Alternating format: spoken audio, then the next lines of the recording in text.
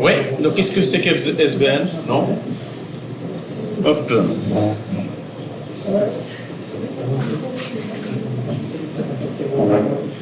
Donc alors, et donc sachez quand on travaille dans une application, dans une application enterprise, donc en entreprise, ben voilà, donc il faut absolument avoir un système de gestion de code source, parce que vous vous engagez face à votre client à lui livrer une valeur ajoutée. Et quand on développe une solution, eh bien, donc une application informatique, normalement, elle fait partie de l'héritage d'une entreprise. Donc, c'est comme un bâtiment, quoi que ce soit. C'est pour ça que le développement coûte très cher. Moi, j'avais développé, j'étais junior, hein, donc c'était mon premier mois. Et c'était l'application de test, en fait, pour, voilà, voir si on va m'engager ou pas. Et donc, alors, vous avez en fait l'ONF, l'Office national de l'enfance. Il s'occupe en fait, voilà, à tout ce qui est enfance et tout ça. Et donc alors, ils avaient une application pour évaluer leurs fonctionnaires. L'application s'appelait 360, Feedback 360. Mais cette application a eu des lacunes. Donc, des lacunes, c'est qu'on ne sait pas faire tout ce qu'on voulait faire. Et donc alors, ils ont fait appel à la société pour laquelle je travaillais. Et donc alors, il fallait développer un petit module complémentaire qui complète un peu donc ces lacunes. Et donc alors, j'ai commencé à développer cette application. Ça m'a pris plus ou moins 20 jours. C'était une application de reporting. Donc il fallait passer par Crystal Reports. Je ne sais pas s'il y en a qui ont déjà fait ça. C'est un système en fait, qui aide à générer des rapports avec des drag and drop. Mais il fallait développer. Donc c'était une application Windows. Le commercial s'est trompé de... Normalement, il m'a envoyé une information technique, mais il n'avait pas créé un nouveau mail. Il m'a envoyé le mail, mais avec l'historique, donc son échange avec le client final. Et donc alors j'ai vu, dans l'historique, j'ai vu qu'il négociait en fait justement avec ce client. Et donc cette application a été vendue à 60 000 €. Donc 20 jours de développement, 60 000 €. Vous voyez, donc un junior qui arrive à amener une valeur, voilà, on était à 60 000. C'est quand même de l'argent. C'est ça qui m'a fait un peu le déclic. Ça m'a poussé à se dire, mais pourquoi ne pas créer ma propre entreprise? C'est ça qui a fait en sorte que moi je suis là, donc avec vous. Mais là ça date, c'est pas moi. Je veux dire là. Et donc alors, voilà. Et donc alors cette application, il ne s'agissait pas que du développement que j'avais fait. Donc, la boîte où je travaille, donc ils géraient vraiment, donc ils avaient des serveurs pour gérer les codes sources, pour gérer pas mal de choses. Et donc alors, ici, pour gérer donc, le versionning en fait, de votre application, il y a plusieurs approches. Donc à l'époque, on travaillait avec TFS, donc Team Foundation Server. C'était un produit de Microsoft, et c'était la galère. On appelait des experts, mais en fin de compte, ça n'a pas résolu notre problème parce que voilà, ils étaient en train de mettre en place justement ce système de gestion de code source. Et donc alors, en gros, il y a deux approches. Il y a ce qu'on appelle SVN et Git. Avant de passer donc, au slide, donc SVN, vous avez un serveur sur Internet, vous avez vos développeurs. Donc les développeurs, ils se connectent sur ce serveur, ils commencent à coder, et une fois qu'il a terminé un truc, il fait un push, il envoie le travail. Et donc alors, les autres, ils doivent récupérer ce qu'il a développé. Ce qui s'est passé, c'est qu'en fait, vous avez plusieurs développeurs qui accèdent à la même machine, et donc alors, parfois, cet envoi est frustrant.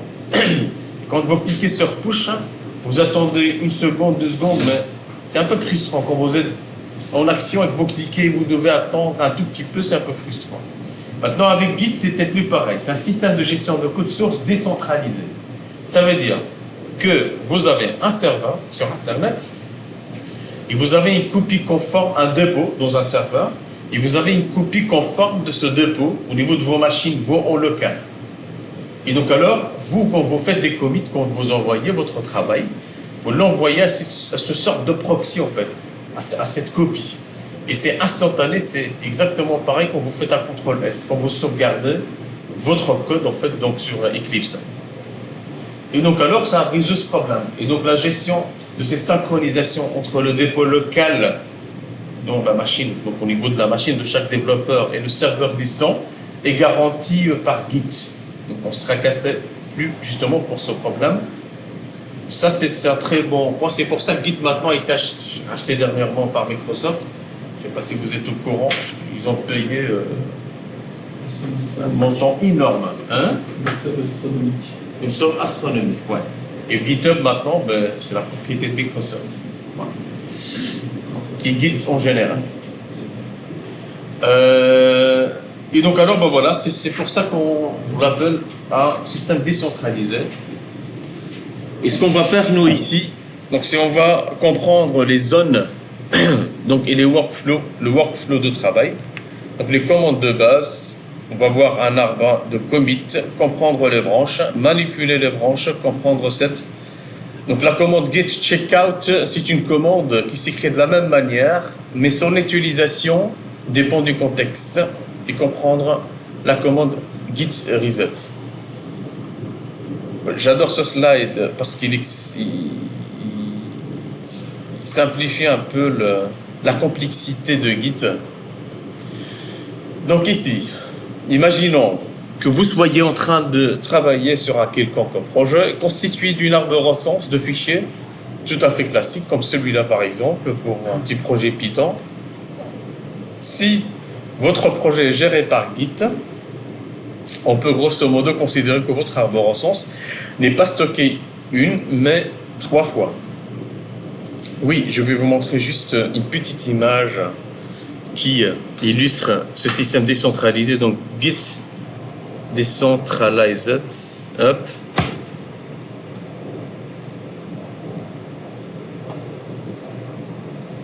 Bien, c'est ça. Vous avez le dépôt central et vous avez des dépôts locaux sur chaque machine.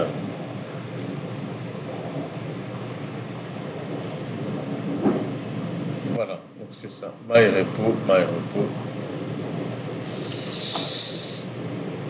Ok. Et donc alors, comprendre les zones et le workflow de travail. Donc la première version, donc à chaque fois que vous travaillez sur un projet, donc supervisé par Git, eh bien vous avez plus ou moins 3 copies de ce projet. Donc la première copie, c'est celle qui se trouve dans le workspace, hein, donc c'est ce qu'on a fait jusqu'à maintenant. Donc c'est sur votre disque que vous éditez grâce à votre éditeur préféré, donc c'est votre répertoire de travail. Donc la deuxième copie, c'est dans une mystérieuse zone spéciale que l'on appelle l'index, ou la zone de staging. Pourquoi mystérieuse? Parce que vous ne la voyez nulle part, cette zone. Vous ne la voyez pas, ce n'est pas un répertoire, il est caché, il est complètement caché. Je vais vous expliquer à quoi ça sert cette zone. Enfin, dans la base de données de Git, okay, stocker l'arborescence de votre projet tel qu'il était lors de votre dernier commit. C'est-à-dire que vous avez, ça c'est le repo, quand je dis repo, en fait, donc je parle de dépôt, ça va? Donc le repo local, c'est la copie du repo distant. Pas copie conforme, c'est pas tout à fait vrai, parce que quand vous faites des commits, vous avancez dans votre projet, eh bien, vous avez une version qui est un peu plus avancée par rapport au dépôt distant. Tant que vous n'avez pas envoyé votre travail sur le serveur distant. D'accord? Ok, donc ici vous avez 3 zones.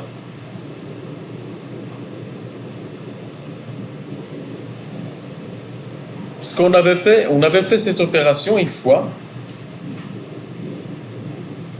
Qu'est-ce qu'on avait fait? On avait cloné un repo distant. C'est ce qu'on va faire tout à l'heure, ça va? Avec le TP.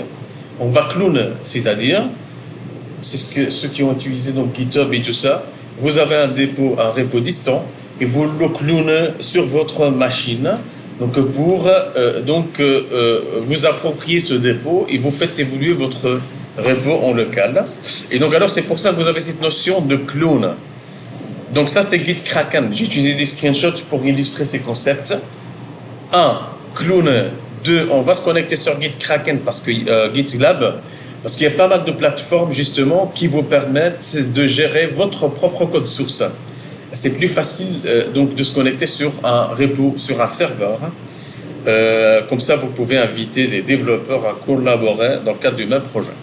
Et donc alors, une fois que vous êtes connecté avec vos propres identifiants, vous allez voir la liste des repos énumérés ici, donc Gitkraken.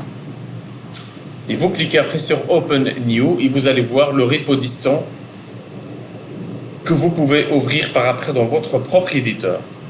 Maintenant, voici un petit slide qui vous montre les 3 zones, on avait dit, les 3 copies. Donc la première copie, c'est le working area, donc c'est votre workspace, hein, donc c'est le projet, hein, donc tel qu'elle apparaît dans votre explorateur Windows. Donc la deuxième zone, c'est le Git Repository, donc c'est le repo, c'est le fameux .git caché, le dossier caché. Et donc il contient des metadata, donc sur les commits, sur votre projet, les versions des fichiers, parce qu'à chaque fois que vous faites un commit, en fait, il va créer une version complète, pas complète de votre projet, mais il va faire des sauvegardes incrémentielles. Vous voyez ce que c'est, des sauvegardes incrémentielles? Sauvegarde que ce qui a été rajouté. Voilà. Il ne sauvegarde que les deltas. Il ne sauvegarde que les modifications effectuées. Ça va? Comme on va le voir avec Angular, eh bien, vous avez un dossier Node module. Et quand vous lancez la toute première fois votre projet, eh bien, ça prend parfois 5 minutes hein, pour se lancer. Pourquoi? Parce qu'il va chercher toutes les dépendances. C'est le même principe, en fait, donc, de Maven, comme vous l'avez vu. Il va chercher toutes les dépendances d'Internet, il va les copier sur votre machine en local. C'est aux alentours de 1 giga. Imaginez qu'à chaque fois que vous faites un commit, il va falloir sauvegarder tout le projet. 1 giga, 2 giga, 3 giga, ça ne va pas le faire.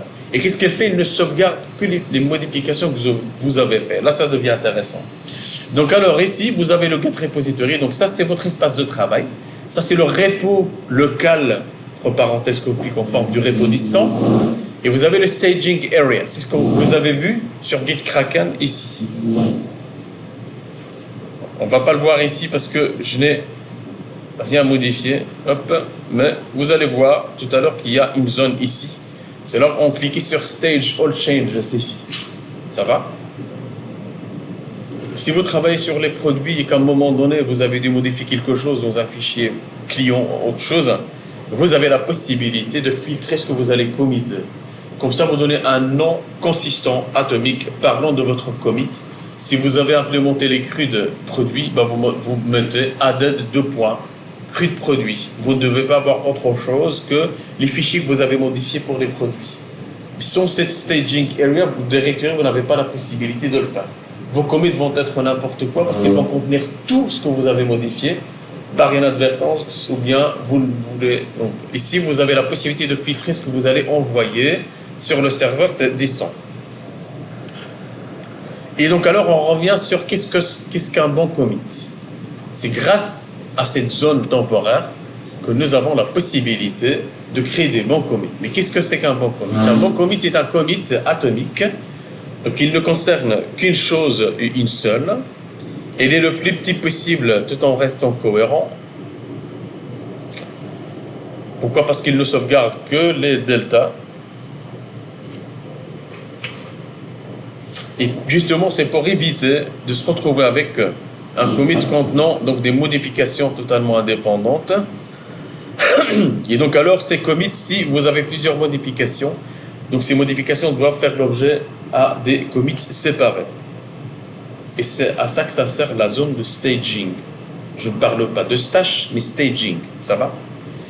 Zone de staging, donc c'est préparer le prochain commit en y ajoutant ou retirant des fichiers ou de portions de fichiers sans toucher à votre répertoire de travail.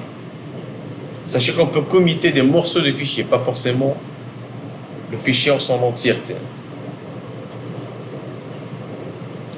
Donc là, par exemple, vous avez la page contact et vous avez la page donc accueil.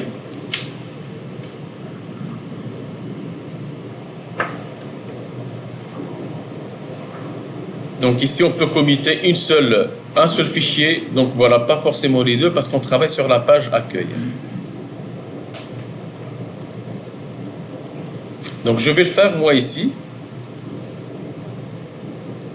Je vais créer un petit projet.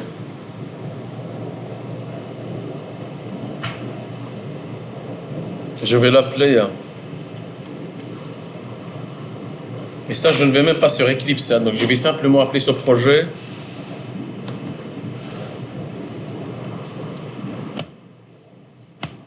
cas pratique, on va le faire tous ensemble, mais en basant sur le TP que vous allez devoir faire, ça va? Ça c'est juste pour que vous illustrez ce que je vous explique. Donc le cours, donc Git. Et là je vais créer simplement deux fichiers.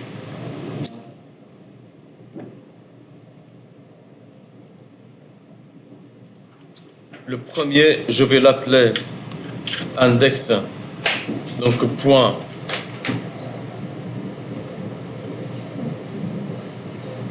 index.text. Le deuxième, je vais l'appeler accueil.text.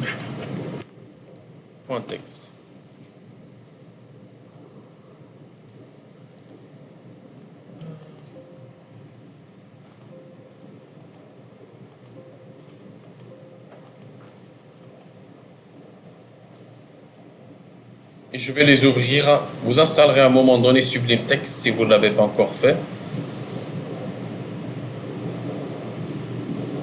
Vous glissez, déposez le dossier et hop, vous avez votre projet ici. Ok, c'est un projet, donc j'aimerais donc versionner ce projet. Qu'est-ce que je vais faire? Je vais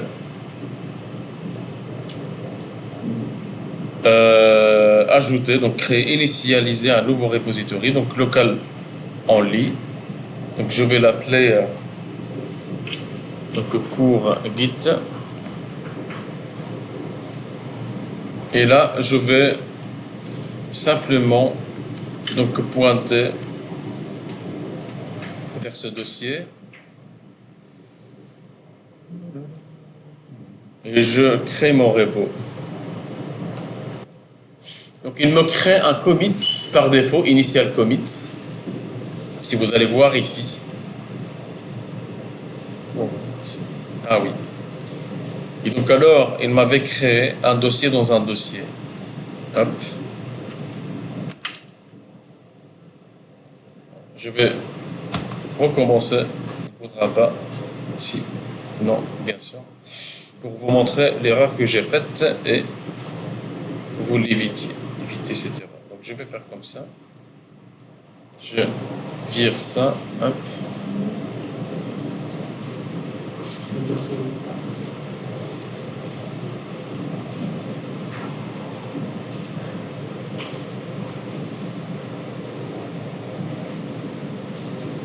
Oui, parce qu'il est ouvert ici. Hop, je vire ça. Très bien. Tac. Je sais. Hop. Fermez toutes les fenêtres. C'est Java Workspace pour Git.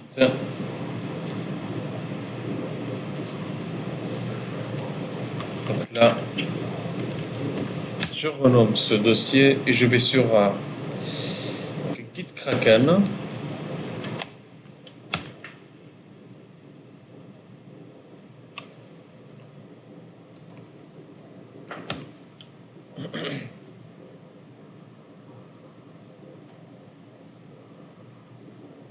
Init cours Git. Donc je vais pointer vers le répertoire parent, le dossier parent. Hop. Et donc alors il va créer donc cours Git, il va créer cours Git pour moi. Hop. Donc si je vais voir, donc j'ai cours Git ici. Je vais simplement récupérer les deux fichiers ici. Regardez, ici il me crée un commit. Mais ce dossier-là, il est surveillé. Watchdog, donc il est comparé, il est surveillé, il est contrôlé. Donc si j'ajoute quelque chose, je vais ajouter par exemple deux fichiers. Regardez ce qui se passe. Il me dit que working in progress, c'est-à-dire que tu as déjà modifié quelque chose. Il m'affiche cette zone de texte qui n'apparaissait pas avant.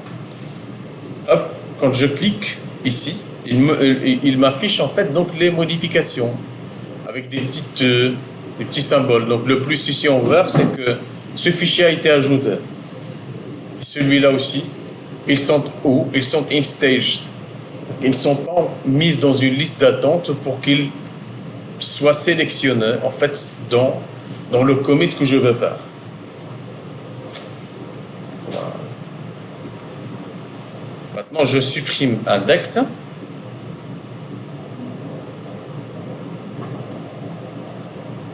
Donc je n'ai que accueil ici. Mais index, je ne l'ai pas encore envoyé vers mon repo distant.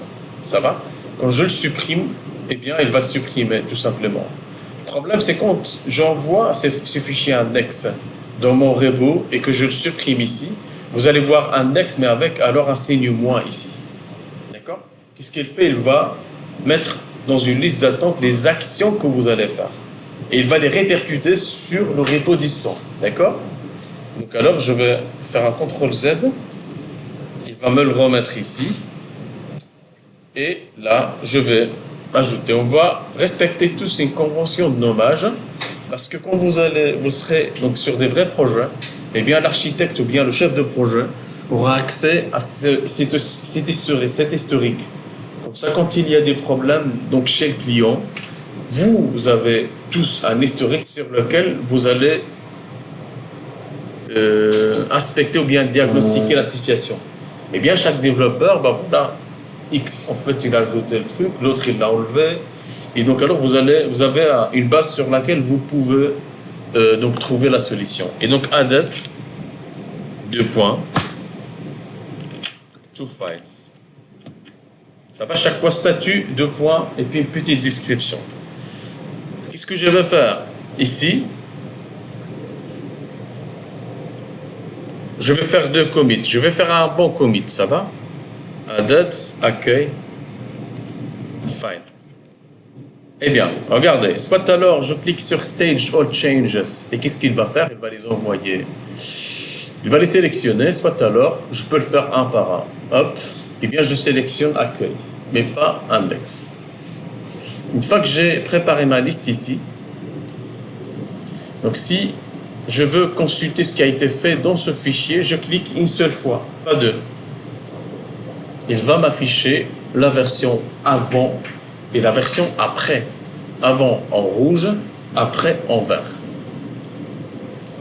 Je peux comparer de plusieurs manières différentes. Moi, je préfère la side by side. C'est plus simple. Vous voyez le commentaire? Je peux fermer par là. Une fois que j'ai regardé, je peux fermer ici. Hop. Le texte que j'ai tapé ici, il apparaît là. Ça va? Et qu'est-ce que je peux faire? C'est faire un commit. Donc, la première zone, la deuxième et la troisième.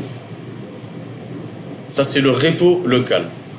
Jusque-là, aucune interaction avec un serveur distant. Commit, et hop, voilà. Vous voyez l'historique? Vous avez une entrée en plus ici qui est apparue. Ça, c'est un premier commit. Ça, c'est un deuxième commit. Et je peux consulter, disons qu'en fait, ce sont des snapshots. Vous voyez ceux qui ont fait des points de restauration sur leur système Windows? Bien, ce sont des points de restauration qui se font automatiquement quand Windows va faire une mise à jour, par exemple. Comme ça, si ça crache, vous pouvez faire marche arrière. Eh bien, c'est exactement pareil. Chaque commit ici représente une copie de votre projet à un instant T. OK? Par contre, si tu as fait un commit et admettons ta machine ne tombe en panne d'électricité, Ouais. et tu n'as pas poussé, tu perds tes commits. Ben, normalement, c'est instantané. Donc, soit alors... C'est tellement local, je dois faire en local. Tu fais un commit, tu peux le faire. Je pense qu'il soit que une partie de l'info, il n'y a pas mémorisé sur ça. Ouais, c'est ça, non, en fait, donc ces stages, bah, c'est sur ton local, mais c'est ton local.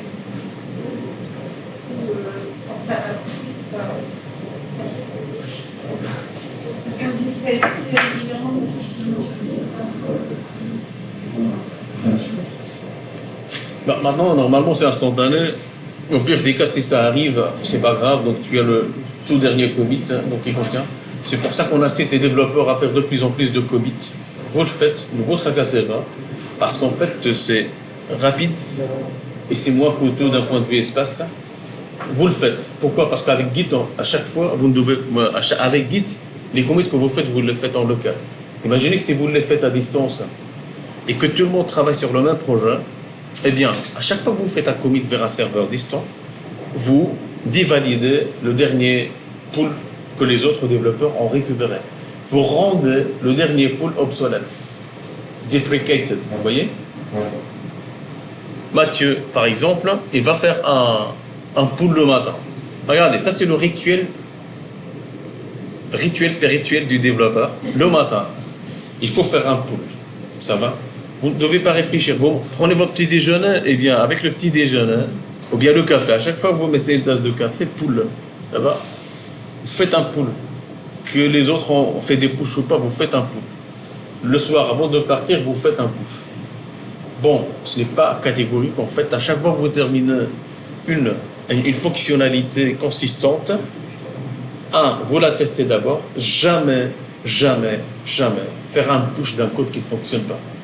Parce que vous êtes 16, vous travaillez sur une fonctionnalité. Il y a un parmi vous qui push un travail avec des bugs, des erreurs, des lignes rouges, là, vous voyez. Eh bien, vous plantez les 16 personnes. C'est ça un peu la subtilité, pas la fragilité, mais c'est stressant, c'est un stress énorme quand on commence. Mais après, franchement, vous ne vous rendez même pas compte. Vous le faites sans réfléchir. Et bon, il faut quelques semaines de foutre le bordel. Donc, mais de toute façon, on le sait à l'avance. Et vous êtes encadré, on ne vous met pas sur des repos de production. Quand vous commencez, d'accord? Yes, c'était peut-être d'abord Isabelle qui avait, ou bien, peu importe. Voilà, c'est ça le vrai push. C'est quand on push son café sur soi. Mais c'est pas grave. C'est pas grave. Normalement, les autres, quand t'es pas fait de request, De quoi? les autres, ils récupèrent pas. Vous avez vu que c'était du café, hein, ça va? Donc je ne vais pas changer maintenant. Avec cette chaleur, ça va. Vous avez posé les questions.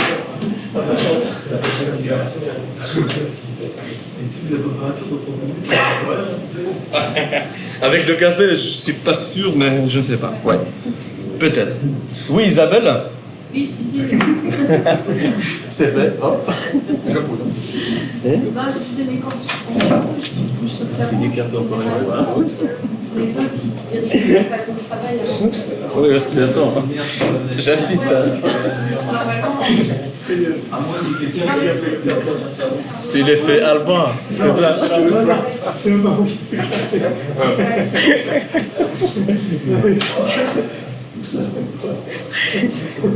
Du coup, Natal va être réveillé.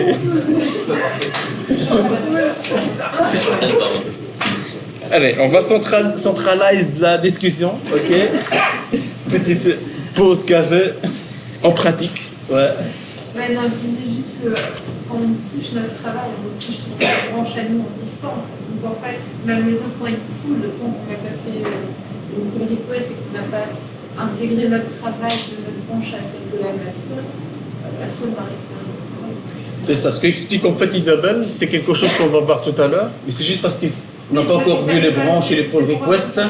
Extrait dans le support, tu vas le remarquer, c'est qu'en fait, j'aborde une notion à la fois.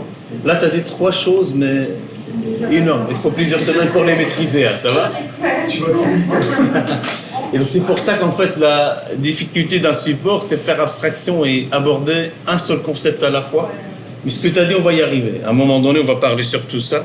Et donc, jusqu'à maintenant, ce qu'on a vu, c'est quoi? Donc, c'est les 3 zones de travail. Donc, ça. Donc, vous voyez un petit peu ce que c'est. Le deuxième point qu'on vient d'aborder maintenant, c'est les commits, qui représentent simplement des points de restauration, des snapshots. Ça va, je vais utiliser le terme snapshot. Des snapshots, en fait, donc dans le temps. Ils ne sont pas programmés, mais c'est vous qui faisiez ça. Et donc, alors, vous avez la possibilité de revenir à un instant T, ou bien à un état. Vous le voyez avec le texte. C'est pour ça que c'est très important. C'est très important ce que vous tapez ici. Ça doit être parlant. Et donc alors chaque fois un statut de point, et puis alors vous décrivez ce que vous avez fait tout simplement. En anglais, parce que voilà, surtout que vous travaillez avec des néerlandophones, avec des allemands, en informatique, et voilà, c'est transversal, c'est voilà, intracommunautaire, international. Et donc alors voilà, donc ici, donc ce qu'on vient de faire, c'était un, voilà, on a fait un commit. Et donc alors, pour voir le détail d'un commit, ce sont des snapshots de votre projet. Voilà, ici, on voit bien qu'il s'agit d'un ajout d'un fichier. Ici, il s'agit d'un ajout d'un fichier README. Lui, il le crée automatiquement juste pour pouvoir faire le push. Donc le commit initial. Et donc alors, voilà, hop, on va continuer. Mais bon, donc sachez qu'ici, on travaille avec Git Kraken. C'est pour vous simplifier la tâche, car il se peut, le cursus juste avant vous, il y avait 3 stagiaires, mais ils avaient une promesse d'embauche, mais en fait, donc voilà, ils ont dû passer un test technique. Et c'était après le cursus. Et donc les questions, parce que j'ai vu le questionnaire, on aurait posé des questions sur Git. Et c'était vraiment les bases, mais voilà. Donc, juste pour vous dire qu'il se peut qu'à un moment donné, vous travaillerez avec la ligne de commande. Je vais refaire ce que je viens de faire, mais en ligne de commande, d'accord?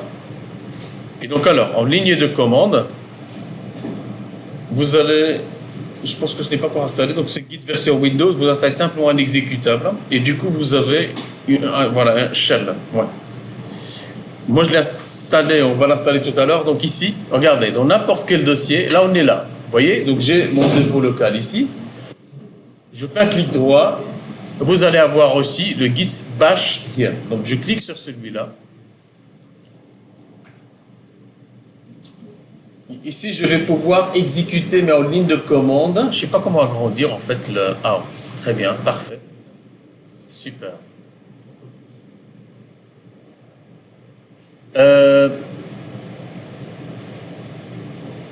Vous voyez ici, tout ce qu'on vient de faire, je vais le faire, mais en ligne de commande.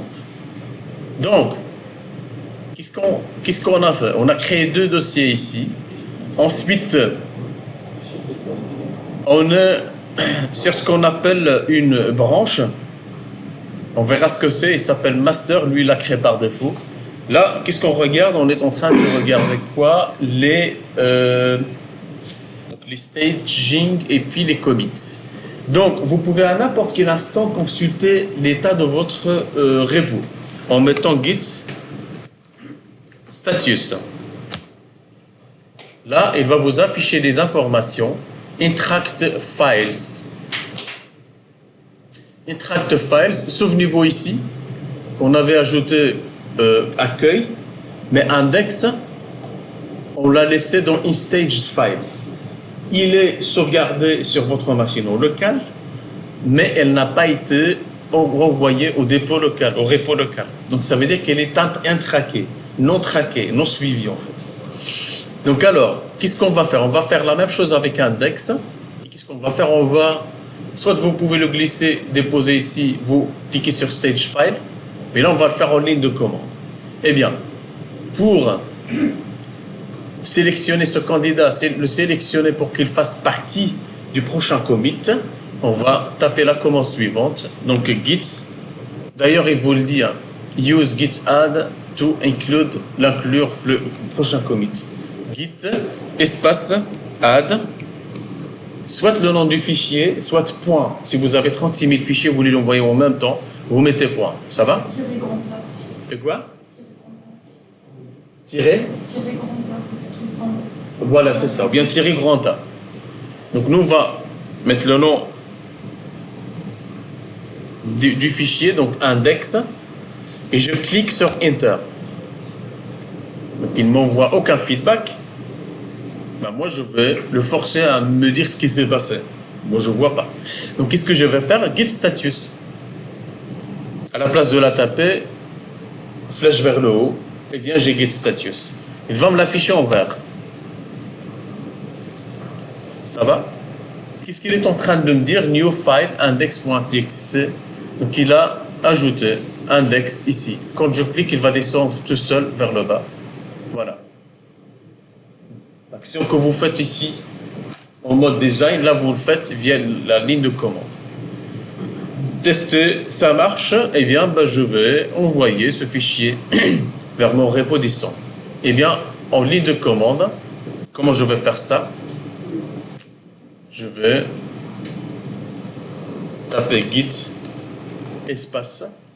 Souvenez-vous qu'il fallait taper un texte ici, qui apparaît ici en fait. Ouais. Que vous tapez là, vous voyez, ou là, c'est la même chose. Et bien, on va le faire en ligne de commande aussi. hop, git, espace, commit, -m. Tout ce que je tape ici,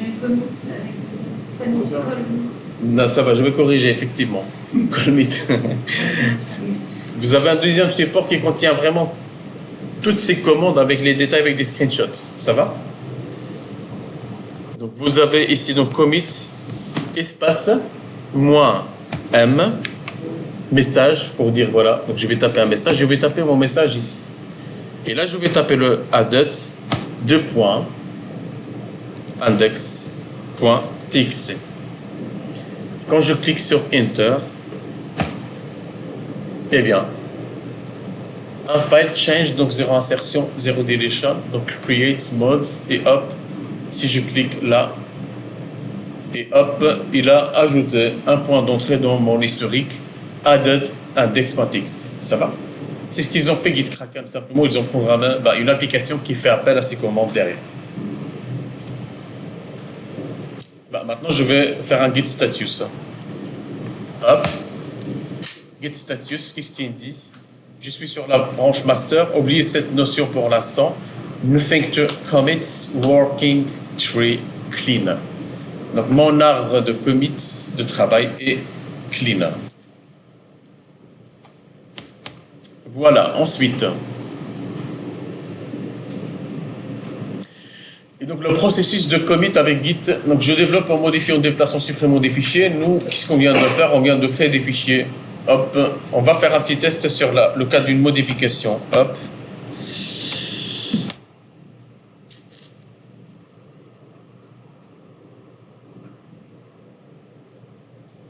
Donc maintenant, je vais sur accueil.index.txt. Je vais taper un commit, comment by Mounir, hop, je sauvegarde. Quand je sauvegarde, j'ai cliqué sur CTRL-S. Eh bien, là, vous l'avez compris. Eh bien, hop, vous avez un accueil ici. Si je clique sur accueil, il va vous montrer avant, il n'y avait rien, après, un commentaire ici. Donc, je stage et j'ajoute un commentaire. Donc, updated cette fois-ci. Comments added. J'envoie le travail à mon repo local. Et donc ici, vous avez les différentes versions. Et chaque point d'entrée représente un snapshot de votre projet. Oui. Donc Sublime Text obligatoire. Sublime Text? Non, ça peut être Eclipse, ça peut être autre chose. Vous allez le faire avec Eclipse et à un moment donné, je vais switcher exprès vers Visual Studio Code. Comme ça, je vous montre un peu un maximum d'outils d'éditeurs. Comme ça, vous vous détachez de l'outil. Faites attention, ici, il ne faut pas s'attacher aux outils, que ce soit GitKraken, Sublime Text, Visual Studio Code, Eclipse. Il se peut que votre client utilise, comme Laurine, en fait, qui était là, elle, il allait travailler avec NetBeans. NetBeans, voilà. Il ne faut pas s'attacher à l'outil. Mais c'est un éditeur comme un autre, on peut le faire avec un bloc-notes. Le bloc-notes, tu n'as pas l'autocomplétion, tu n'as pas mal de choses. Et donc, quand une série de modifications cohérentes et digne d'être committée, je la place dans la zone staging. Je vérifie que l'état de ma zone de staging est satisfaisant. Je commit et on répète jusqu'à la fin, quoi. Et voilà. Donc, vous voyez un petit peu, ça, c'est le grand classique pour des développeurs qui travaillent avec Git. Petit résumé sur les commandes de base. J'ai trouvé cette image, je trouve très très bien faite, ce qui résume un peu. Donc, pour copier un fichier du répertoire de travail vers la zone staging, on utilise get-add. C'est ce que j'avais fait ici. À un moment donné, vous voyez, get-add. Ça, c'est pour copier un fichier du répertoire de travail, donc working workspace, à la zone staging. Et get-add, elle est où là? Ici. Donc working directory vers staging area. Ensuite, pour sauvegarder la zone staging dans le dépôt Git, on a utilisé git commit. C'est ce que j'avais utilisé à un moment donné ici. OK? Ensuite, git commit, c'est celui-là. Vous avez le working area, vous avez le staging et le git repository. git add, git commit. Donc pour copier un fichier de la zone staging vers le working area, donc supprimer. Ça c'est important. Donc pour copier un fichier de la zone staging vers le working directory, c'est-à-dire de là à là, ça veut dire quoi? Ça veut dire écraser les modifications courantes. Donc ça veut dire que vous avez une sauvegarde à un moment donné. Quand vous travaillez sur Word ou bien PowerPoint, à un moment donné, il va faire des sauvegardes automatiques. Et quand vous ouvrez votre fichier, il va vous afficher à gauche dans un sidebar, restaurer la version, la dernière version non sauvegardée. Eh bien, vous l'avez fait depuis tout le temps, ce que je vous montre ici. Soit alors vous allez écraser les modifications que PowerPoint avait fait pour vous.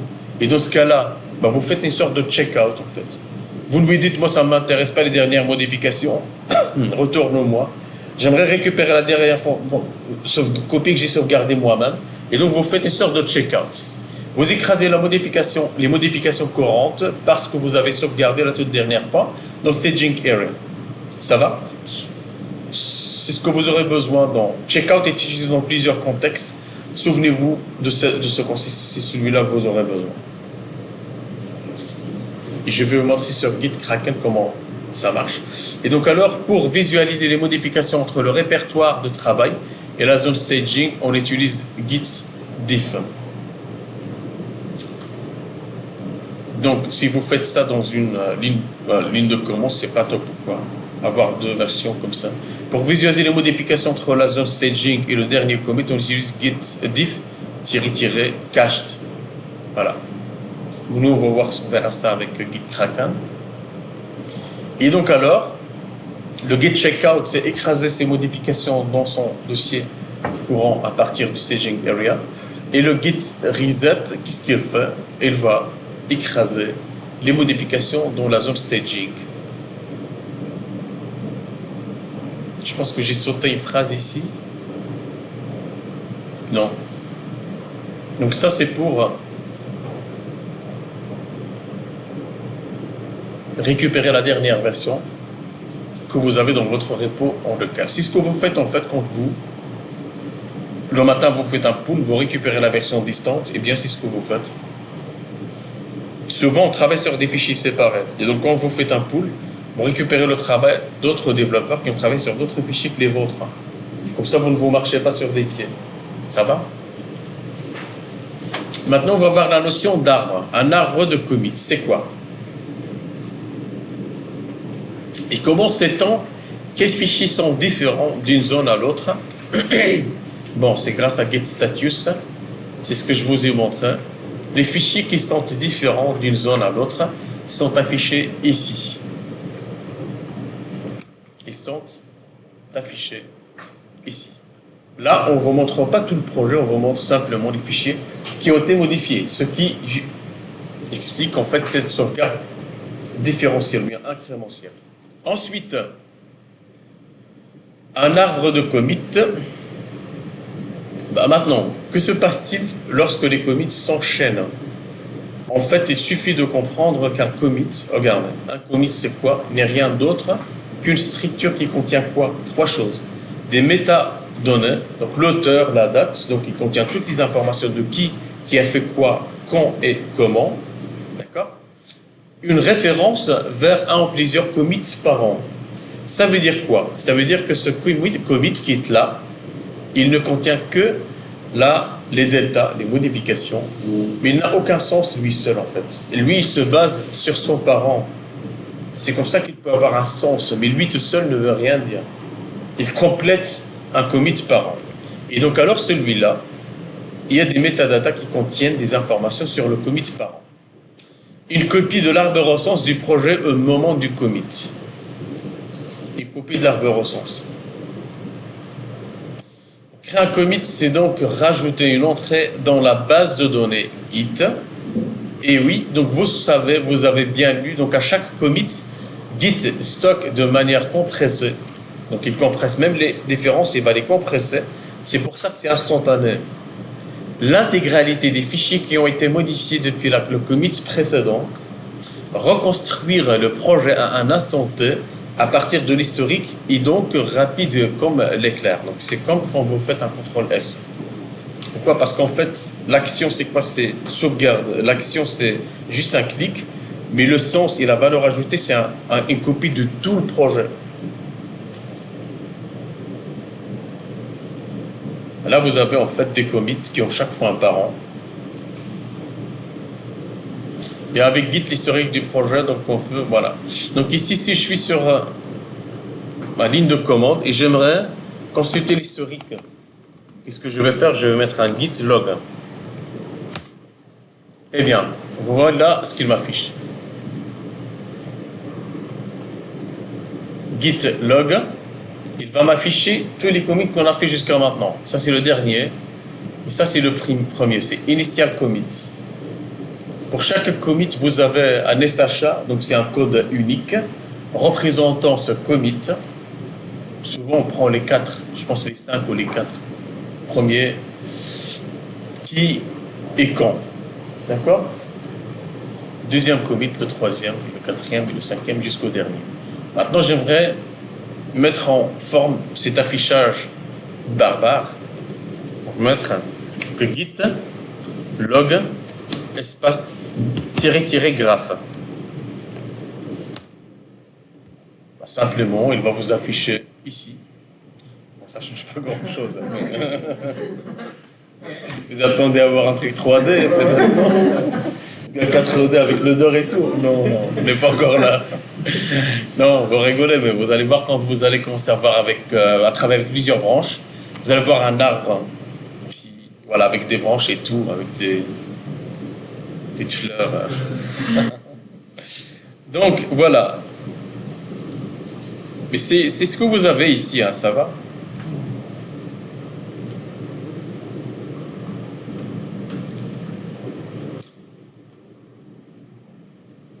Et donc alors,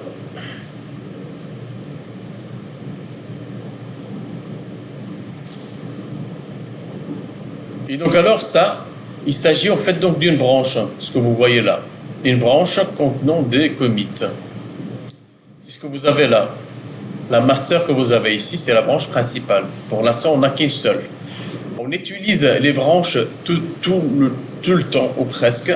Pourquoi? Pour tester une fonctionnalité, pour isoler un développement un peu lent, pour mettre quelques commits de côté, pour développer sans toucher. Bon, ici, je vais vous montrer d'abord comment créer une branche. On va le voir juste après.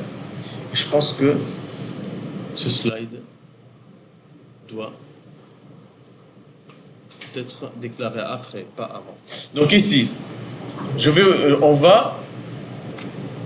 vous avez en fait une branche, et cette branche va contenir l'évolution d'une version de projet. Supposons que vous travaillez sur une application CRM, mais puis à un moment donné, ça m'est arrivé à plusieurs reprises, que l'architecte me demandait de développer un lookup. Un lookup, c'est juste en fait une fenêtre de recherche dans une table. Et donc alors, qu'est-ce que je faisais? Je crée une branche. Je travaille sur une copie du projet.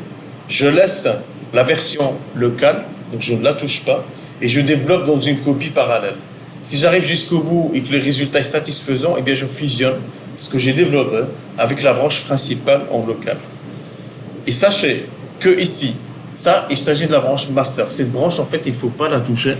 Et vous allez voir que je vous ai enlevé les droits de fusion sur cette branche. Même si vous vous trompez, eh bien vous aurez un message d'erreur, pourquoi vous n'avez pas le droit de fusionner dans cette branche. Pourquoi? Parce que cette branche est dédiée à tout ce qui est publication. On travaille sur une branche en local, développe. Une fois qu'on a terminé, vous faites tous un push, vous envoyez le travail. Et ce travail va être fusionné via un pull request, c'est-à-dire que vous envoyez une demande de fusion. Vous ne fusionnez pas. Une fois que moi je fusionne le tout, eh bien, je vais mettre à jour la branche master qui va être la branche de déploiement, ou bien de publication. D'accord? Eh bien, ici, on ne travaille jamais sur une branche master, on travaille sur une branche développe. Eh bien, c'est ce qu'on va faire. Soit vous faites un clic droit sur la branche master, create branche, soit alors vous cliquez sur branche ici. Quand vous cliquez, vous avez une petite zone de texte. Il va suivre une convention de dommage. On va mettre la première lettre de son nom et son prénom.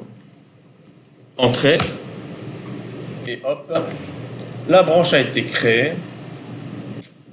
Ce n'est plus master qui est en vert, c'est Munir qui est en vert. Ça veut dire que tout ce que je fais dorénavant va être historisé dans une autre branche, pas dans celle-là. Et Munir est apparaît ici avec une petite icône, un petit PC. Et quand je survole, j'ai local. Parce que je peux envoyer ce travail à distance, je vais avoir deux Munir. Une qui reflète les modifications locales avec mes dernières modifications, et la remote qui reflète le dernier commit que j'ai envoyé donc sur le serveur distant. Ça va? Donc ici j'ai deux branches, et alors donc la branche développe, je l'ai appelé Munir, mais on est bien d'accord que c'est développe. C'est juste parce que vous allez travailler sur un projet et j'aimerais voir un peu vos pseudos en fait, comme ça je sais à qui j'ai affaire. Et donc alors, pour la création d'une branche, eh bien on fait comme ça. Qu'est-ce que je décris moi ici?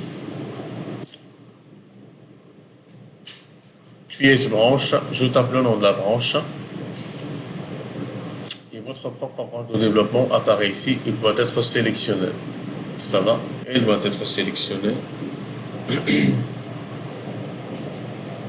Maintenant, attention, accrochez-vous. Donc la définition qui va suivre est difficile à comprendre du premier coup. Mais qu'est-ce que c'est qu'une branche? Une branche n'est... On a vu ce que c'est un commit. Maintenant, on va voir ce que c'est une branche. C'est pas la même chose. Une branche n'est qu'une étiquette qui pointe vers un commit. Une branche, celle-là, n'est qu'une étiquette qui pointe vers un commit. C'est une sorte de pointeur.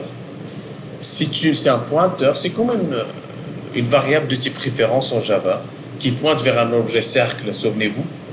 Eh bien, c'est un pointeur, c'est une étiquette qui pointe vers un commit, tout simplement.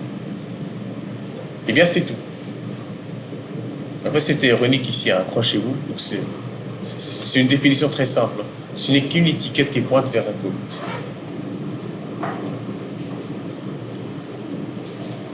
Mais qu'est-ce que c'est qu'une branche alors? Donc la branche master, c'est celle que vous avez vue maintenant. Donc par défaut, la branche principale est seule branche d'un dépôt. Donc elle a été créée automatiquement. Moi, je ne l'ai pas créée. J'ai créé un Munir. Donc une étiquette qui pointe vers un commit, c'est un simple fichier qui ne contient rien d'autre que l'identifiant un SHA1 d'un commit.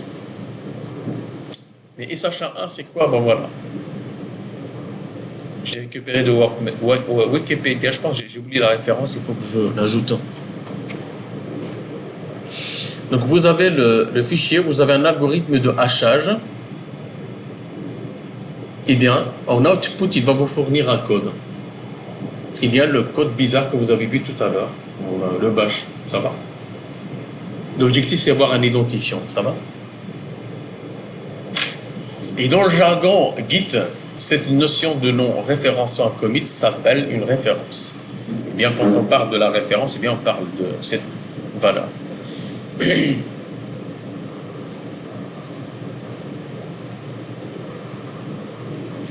Et donc alors, vous avez la référence aide. C'est un pointeur de pointeur. Aide. Avec Git, il existe une référence spéciale qui s'appelle aide. La référence aide pointe vers le commit qui sera le parent du prochain commit.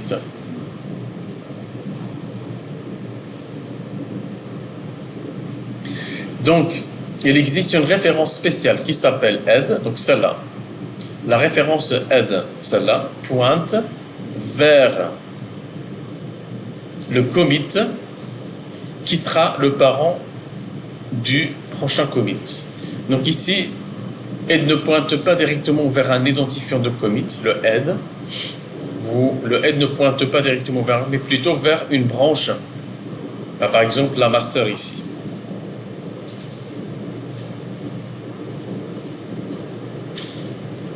Donc la master. Et donc alors, ici, regardez.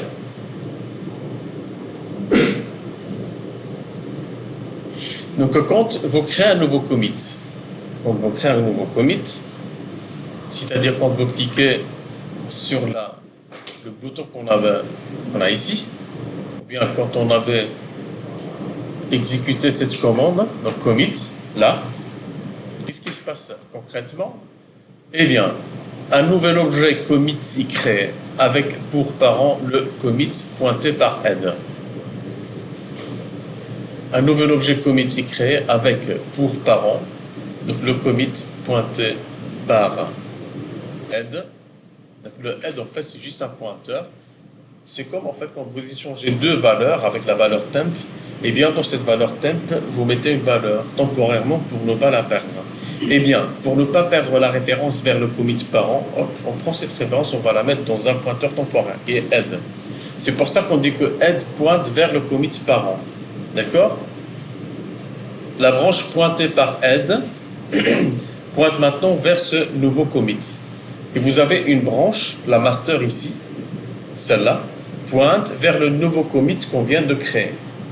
Ça va? Comme ça, la branche pointe toujours vers le dernier commit effectué. C'est pour ça que vous avez ici le FIFO. À chaque fois que vous faites un commit, il ne va pas se mettre en bas, mais au-dessus. C'est pour ça que vous avez la branche, vous voyez, il pointe vers le dernier commit. Et le egg, est-ce qu'il est visible là? Parce que tout à l'heure, lorsque vous avez... J'entends pas bien avec le... Parle un peu plus fort, Ousmane. Le egg, est-ce qu'il est visible? Parce que quand vous mettez git, on ne le voit pas. Ah oui, on ne le voit pas dans... Ouais, c'est ça. Mais il existe. Ouais. Il existe, mais c'est vrai qu'on ne le voit pas. On voit les branches, mais on ne le voit pas. La branche pointée par head pointe maintenant vers ce nouveau commit. La branche pointée par head, celle-là, pointe maintenant vers ce nouveau commit. Et donc la branche master, ça va, pointée par head, pointe maintenant master vers ce nouveau commit.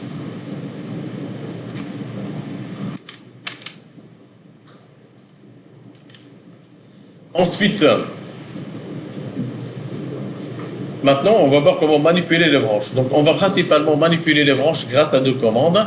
Git branch permet de créer, lister et supprimer les branches. Git checkout permet de déplacer la référence head, notamment vers une nouvelle branche. Eh bien, regardez. Donc, la git branch permet de créer, c'est ce qu'on avait fait tout à l'heure. Quand on avait cliqué sur branche ici, eh bien, on a exécuté la commande git branch. Git branch, le nom de la branche, bien sûr. Parce que si je vais sur git, sur bash, le bash ici, et que je tape git branch, il va simplement lister les branches que j'ai. Donc git branch, hop, en me mentionnant la branche courante. Est-ce que c'est le cas ou pas? Oui. Ça va? Maintenant, si je tape git branch développe, et qu'est-ce qu'il a fait? Et je tape maintenant git branch, j'ai créé une nouvelle branche. Ça va? Que je n'avais pas avant. Si je vais sur git kraken, eh bien vous avez la nouvelle branche qui apparaît ici. Si maintenant j'aimerais me déplacer le head, allez, le head ici, Ousmane, c'est le petit vert, check vert ici, ça va? On peut le représenter comme ça. Maintenant je vais faire pointer le head vers la branche développe. Comment je vais faire ça? Git checkout développe. Enter. Et regardez ici, je suis passé de Emunir à développe. Ça va? Je suis passé de Emunir à développe. C'est développe qui est checké maintenant. Je suis dans la branche développe, je peux casser, faire tout ce que je veux. Je ne vais pas impacter les autres branches. C'est ça qui est bien, c'est que vous travaillez, mais à l'aise. Vous pouvez tester, c'est votre sandbox en fait. Bac à sable. Ok, et une fois qu'on a fait ça,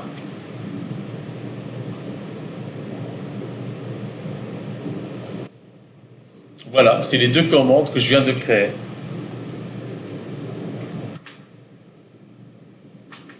Vous avez la branche master et on a créé test à partir de master. Et donc alors les deux branches pointent vers le même commit.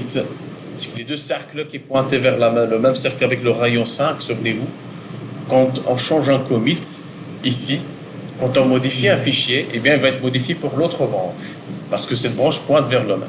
Mais on peut avoir donc deux branches pointant sur deux commits différents. Parce qu'on peut faire évoluer cette branche test en implémentant les fonctionnalités. Du coup, master va référencer la V6 et test la V7. Donc, voici comment le checkout il correspond à ça.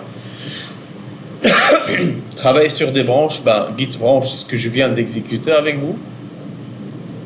Ensuite, ici, voici un workflow de travail classique ainsi que les commandes associées. Donc, ici, git commit. Donc, je travaille sur ma branche en créant des commits. Et donc alors, vous avez la liste des commits. C'est un historique qui est pointé par une branche. Je peux avoir un deuxième historique pointé par une autre branche. D'accord? L'équipe 1 travaille sur les produits. L'équipe 2 travaille sur les produits, mais c'est une société concurrente aussi. Ou bien elle travaille sur les factures. Elle fait évoluer son historique, vous faites évoluer votre historique. Vous ne vous marchez pas sur les pieds. D'accord? Ici, vous avez la branche master test pointe vers le même commit. Test, ils ont évolué leur version, ils ont effectué un commit V7. La master pointe toujours vers la version stable. Ensuite, qu'est-ce qu'on fait ici? On va faire un git checkout master. Le head maintenant pointe vers la branche master. Ça va? C'est-à-dire que les modifications que je vais faire maintenant ne seront pas appliquées sur V7, mais sur V6. Ça veut dire quoi? Ça veut dire que les modifications que je vais faire, ce sera une évolution de ma version V6. C'est pour ça que vous avez la V8 pointe tend vers la V6. D'accord? Et donc alors j'ai ici une sorte de fork. Vous avez les diagrammes d'activité, les fourches. Allez, restons pas aller dans le diagramme d'activité. Non, mais vous avez en fait donc deux évolutions parallèles du même projet.